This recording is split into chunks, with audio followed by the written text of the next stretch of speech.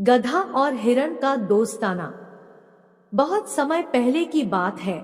एक खूबसूरत जंगल में एक समझदार और दयालु हिरण नामक जानवर रहता था और एक मेहनती परंपरागत गधा भी वही अपना घर बनाए हुए था। वे एक दूसरे के पड़ोसी थे और दोनों ही बहुत समय से एक दूसरे को जानते थे। एक दिन जंगल में भारी सूखा आ गया और जल स्रोत सुखाने लगे। जानवर अपनी जान की चिंता में थे और स्थिति काफी बिगड़ गई थी। हिरण जल स्रोत में थोड़ा पानी ढूंढ सकता था क्योंकि वह तेज और कुशल था, लेकिन गधा अपने धीमे रगों के कारण परेशान था। देखते ही हिरण ने देखा कि उसका दोस्त गधा किसी भी प्राप्त करने में सक्षम नहीं है। हिरण ने कहा, प्रिय मित्र, मैं इस मुश्किल समय में आसानी से पानी पा सकता हूँ। आइए मिलकर काम करें। आप पानी लेकर आइए और हम इसे बांटेंगे।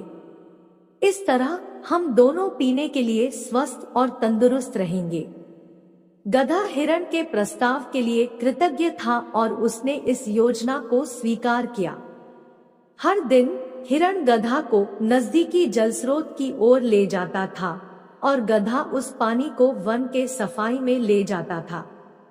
दूसरे जंगली जानवर इस असामान्य दोस्ती और सहयोग को देखकर चौंक गए। जैसे जैसे दिन बीतते, सूखा बढ़ता गया और जंगल के अन्य जानवर कमजोर होने लगे। हिरण और गधा हालांकि अलग अलग थे, लेकिन उनका साझा कामयाबी के कारण मजबूत और स्वस्थ रहता था। दूसरे जानवरों ने एकता और सहयोग की महत्वपूर्णता को समझा। एक दिन हिरण और गधा जल स्रोत से लौटते समय उन्होंने देखा कि कुछ प्यासे और थके हुए जानवर पानी ढूंढने के लिए संघर्षरत हैं। बिना किसी हिचकिचाहट के उन्होंने अन्य जानवरों को अपने समूह में शामिल होने के लिए आमंत्रित किया।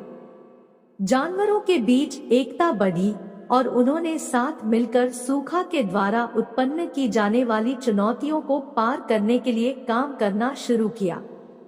जल्दी ही जानवरों ने जंगल के भीतर एक छुपे हुए जल स्रोत का पता किया। सभी के प्रयासों का संयोजन करते हुए उन्होंने जल स्रोत तक पहुंचने का मार्ग बनाया और सुनिश्चित किया कि सभी जानवरों को पानी की पहुंच मिलती रहे। जंगल एकता और दोस्ती का प्रतीक बन गया।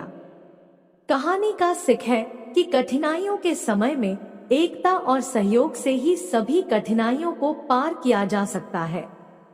हमारी अलग अलगताओं के बावजूद सामान्य लक्ष्य के लिए मिलकर काम करना सफलता और सभी के लिए बेहतर भविष्य की ओर बढ़ सकता है।